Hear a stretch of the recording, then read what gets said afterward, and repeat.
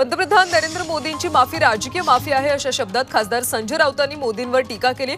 उद्याच्या विधानसभेच्या निवडणुका डोळ्यासमोर ठेवून माफी मागितली। मोदींना छत्रपती शिवाजी महाराज आणि महाराष्ट्राविषयी प्रेम आत्मीयता नाही असा आरोप देखील राऊतांनी केला। पत्राचाळ प्रकरणी संजय राऊतांच्या अडचणी वाढण्याची शक्यता आहे। पत्राचाळ प्रकरणात उपमुख्यमंत्री देवेंद्र फडणवीसांचं नाव घेण्यासाठी आपल्यावर दबाव टाकल्याचा आरोप स्वप्ना पाटकरांनी केला। त्यांनी ईडीच्या अतिरिक्त संचालकांना पत्र लिहिले। आपल्या जीवाला धोका असल्याचं देखील त्यांनी पत्रातून म्हटलं। बारामतीमध्ये युवा नेते जय पवार आणि युगेंद्र पवार कुस्तीच्या आखाड्यात एकत्र आले। कन्हेरी इथं जय पवार यांनी भव्य मातीतल्या कुस्त्यांची दंगल आयोजित केली होती। या प्रसंगी जय पवार आणि युगेंद्र पवार यांनी एकत्र येत गळाभेट घेतली। दोघांनी मानाची गदा एकत्र उंचावली।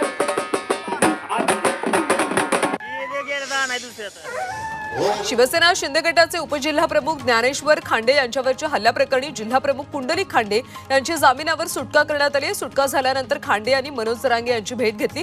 खांडे यांनी जरांगेंची भेट घेतल्यानं जिल्ह्यातल्या राजकीय चर्चेला उधाण आलं। आरोग्यमंत्री तानाजी सावंतांनी उपमुख्यमंत्री अजित पवारांबाबत वादग्रस्त वक्तव्य केले। त्या पार्श्वभूमीवर बोलताना शिक्षण मंत्री दीपक केसरकर यांनी अजित पवारांची स्तुती केली। अजित पवार हे कार्यक्षम मंत्री असून राज्याला त्यांच्यामुळे फायदाच झाल्याचं केसरकर म्हणाले।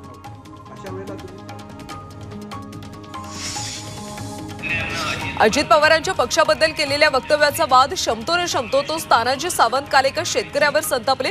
याची दखल मुख्यमंत्र्यांनी घेतली असून मुख्यमंत्री तानाजी सावंतांवर नाराज असल्याची माहिती सूत्रांनी दिली। नागपुरात अजित पवार दाखल झाल्यानंतर त्यांनी दीक्षाभूमीवर जाऊन अभिवादन केलं। दीक्षाभूमीला एक परंपरा पद्धत आहे। दीक्षाभूमीचा जो वाद झाला तो कशासाठी उकरून काढता आता खड्डे बुजवण्याचं सुरू आहे असं मत यावेळी अजितदादांनी व्यक्त केलं। राष्ट्रवादी शरद पवार पक्षाचे नेते जितेंद्र आव्हाडांनी राज्य सरकारला फरार सरकार म्हटले। राज्यात कायदा सुव्यवस्थेचे 3-13 वाजल्याचा आरोप देखील त्यांनी केलाय। फरार योजनांचं सरकार असा खोचक टोला आव्हाडांनी लगावला। अजित पवारांनी गर्भित इशारा दिल्यानंतर छगन भुजबळ देखील आता आक्रमक झाले। तिन्ही पक्षातल्या कारभारांनी या लोकांना रोखलं पाहिजे असा सल्ला त्यांनी आपल्याच नेत्यांना दिला। अशा विधानांमुळे महायुतीचं नुकसान होईल आणि विरोधकांना फायदा होईल अशी प्रतिक्रिया भुजबळांनी दिली। गणेश चतुर्थीच्या आधीच गणेश हाके यांचं विसर्जन होणार नाही याची काळजी हाकेंनी घ्यावी असं प्रत्युत्तर अमोल मिटकर यांनी दिले। त्यांना कवडीची ही किंमत देत नाही असं देखील मिटकर म्हणाले। दौंडमधल्या भाजपच्या जिल्हा अधिवेशनाला हर्षवर्धन पाटील यांनी दांडी मारली। निमंत्रण असूनही ते अधिवेशनाला गैरहजर राहिल्यामुळे राजकीय चर्चांना उधाण आलं। आमदार राम शिंदे, राहुल कुल, योगेश टिळेकर यांनी अधिवेशनाला उपस्थिती लावली। मंत्री संजय राठोड यांनी बंजारा समाजाच्या विद्यार्थ्यांसाठीचा प्लॉट स्वतःच्या नावावर लाटल्याचा आरोप विधान परिषद विरोधी पक्षनेते अंबादास दानवेंनी केला। राठोड यांनी विद्यार्थ्यांसाठी असलेला हा प्लॉट स्वतःच्या कंपनीच्या नावावर करून घेतल्याचा आरोप दानवेंनी केला। रत्नागिरीमध्ये उद्योगमंत्री उदय सामंत यांच्या उदय पर्व या कार्य अहवालाचा प्रकाशन सोहळा पार पडला। या अहवालात 2019 ते 2024 पर्यंत उदय सामंत यांनी केलेल्या कामांची माहिती देण्यात आली।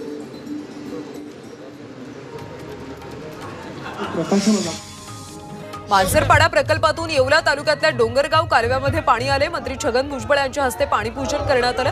तर नागरिकांची साथ राहिल्यास 12 महिने कालव्याला पाणी उपलब्ध करून देण्याचं आश्वासन भुजबळांनी यावेळी दिलं। कोयना धरणातल्या जलाशयाचं पूजन पालकमंत्री शंभूराज देसाई यांच्या हस्ते करण्यात आलं। यावेळी धरणातल्या जलाचं विधिवत पूजन ओटी भरण करण्यात आलं। कोयना धरण पूर्ण क्षमतेनं भरल्यानं साताऱ्यासह सांगली जिल्ह्याला फायदा होणार आहे। साताऱ्याच्या माणसे महेश करचे या युवकानं महाराज आमची चूक झाली असं म्हणत 3 किलोमीटर नाक घासत आंदोलन केलं। कराडच्या छत्रपती शिवाजी महाराज पुतळ्यापासून ते यशवंतराव चव्हाण यांच्या समाधीस्थळापर्यंत त्यांनी नाक घासलं।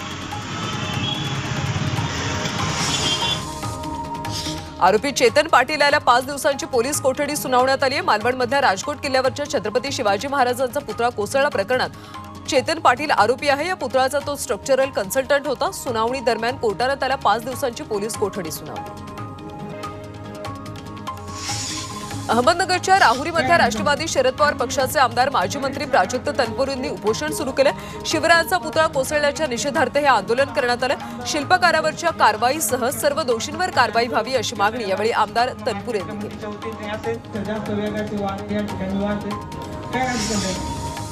पिंपरी चिंचवडच्या मोशीमध्ये छत्रपती संभाजी महाराजांचा 100 फूट उंच ब्रॉन्झ पुतळा उभारणीचं काम सुरू आहे। हा पुतळा देशातला सर्वात उंच पुतळा असणार आहे। दरम्यान राजकोट किल्ल्याप्रकरणी पुतळ्याबाबत अफवा पसरवल्या जातात, अशा अफवांवर विश्वास ठेवू नये असं आवाहन आयुक्तांकडून करण्यात आलं। दरम्यान कानाच्या ऑपरेशन दरम्यान मुंबईमध्ये एका महिला पोलिसाचा मृत्यू झाला। शस्त्रक्रियेपूर्वी त्यांना भुलीचं इंजेक्शन देण्यात आलं। त्यानंतर रक्तदाब कमी झाल्यानं त्यांची प्रकृती खालावली। त्यांना तातडीनं अतिदक्षता विभागात हलवण्यात आलं, मात्र त्यानंतर डॉक्टरांनी त्यांना मृत घोषित केलं। पोटच्या मुलीवर बलात्कार करणाऱ्या नराधमाला वडगाव मावळ सत्र न्यायालयानं 20 वर्षाच्या तुरुंगवासाची शिक्षा ठोठावली। ही घटना 2020 मध्ये घडली होती। घरी कुणीही नसताना जीवे मारण्याची धमकी देत संतोष धुमाळ यानं आपल्याच मुलीवर लैंगिक अत्याचार केला होता। टिटवाळ्यातल्या चिमुरडीवर लैंगिक अत्याचार प्रकरणी नराधमाला 7 दिवसांची पोलीस कोठडी सुनावण्यात आली। अवघ्या 2 वर्षांच्या चिमुरडीवर घराबाहेर खेळत असताना नराधमानं अत्याचार केल्याचं उघड झालं। त्यानंतर टिटवाळ्यामध्ये संतापाची लाट पसरली। बदलापूरमधल्या नेपाळी चिमुकलीच्या अत्याचार प्रकरणी बिल्डर आणि ठेकेदारावर पॉक्सो अंतर्गत गुन्हा दाखल करा अशी मागणी होती। पोलिसांनी नराधमाला अटक केली असली संबंधित बिल्डर आणि बांधकाम ठेकेदारावर गुन्हा दाखल करण्याची मागणी सामाजिक कार्यकर्त्यांनी केली। नवी मुंबईमध्ये सुपर स्पेशालिटी रुग्णालय आणि वैद्यकीय महाविद्यालय उभारण्यात येणार असल्याचं आमदार मंदा म्हात्रे यांनी सांगितलंय। 250 कोटी रुपयांच्या पहिल्या टप्प्यातल्या कामाचं सोमवारी टेंडर खुलं होणार आहे।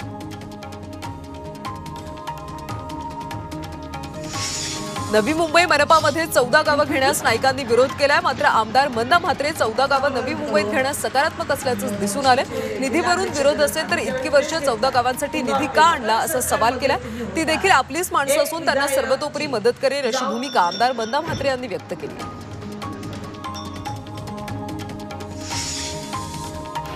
मानखुर्दमध्ये मनसेनं चुना लावा आंदोलन केलंय। मेट्रो टू बीचं बांधकाम पूर्ण होण्याआधीच पडझड सुरू झाली। या विरोधात मनसे आक्रमक झाली। बांधकामाचा दर्जा निकृष्ट असल्याचा आरोप यावेळी मनसेने केला। राज्य सरकारनं 30 सप्टेंबरपर्यंत शेतकऱ्यांना न्याय दिला पाहिजे, अन्यथा शेतकऱ्यांसाठी राज्यभर आंदोलन पुकारणार असा इशारा मनोज जरांगे पाटलांनी दिलाय। तर सर्व शेतकऱ्यांनी विधानसभा निवडणुकीत सरकारला धडा शिकवण्याचं आवाहन जरांगेंनी केलं। अकोला जिल्ह्यातल्या घुसरवाडीमध्ये महादेव कोळी समाजाचा रास्ता रोको सुरू आहे। जात प्रमाणपत्र आणि जात वैधता प्रमाणपत्र मिळण्यासाठी गेल्या 17 दिवसांपासून उपोषण सुरू आहे, मात्र शासनानं अद्यापर्यंत उपोषणाची दखल घेतली नसल्याचा आरोप उपोषणकर्त्यांनी केला।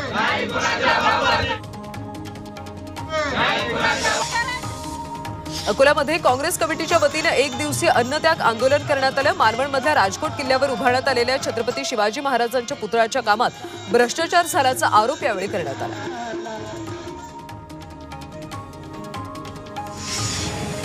यवतमाळच्या पांढरकवडा इथं विविध समस्यांच्या निवारणासाठी युवा टायगर्स फोर्स तर्फे लाक्षणिक उपोषण करण्यात आलं। शहराची साफसफाई, अंमली पदार्थांची विक्री, विद्यार्थिनींची सुरक्षा यासाठी उपोषण करण्यात आलं। यावेळी संतप्त कार्यकर्त्यांनी टायर पेटवून प्रशासनाचा निषेध केला।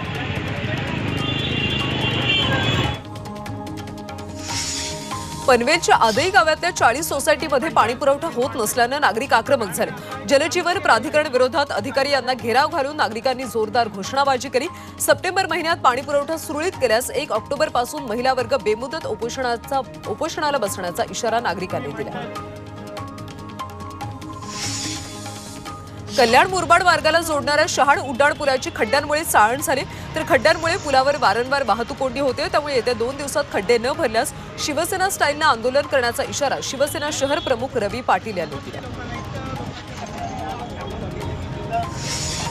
अमरावती जिल्ह्यामध्ये 2186 शाळांपैकी केवळ 585 शाळाच सीसीटीव्हीच्या निगराणीत असल्याचं समोर आले। त्यामुळे या शाळांना आता सीसीटीव्ही लावण्यासाठी 1 महिन्यांचा अल्टिमेटम देण्यात आला। बदलापूर घटनेच्या पार्श्वभूमीवर राज्यातील सर्वच शाळांमध्ये सुरक्षिततेच्या दृष्टिकोनातून सीसीटीव्ही कॅमेरे लावण्याची सक्ती करण्यात आली। जळगावमध्ये महाविकास आघाडीने जिल्हाधिकारी कार्यालयावर मोर्चा काढला।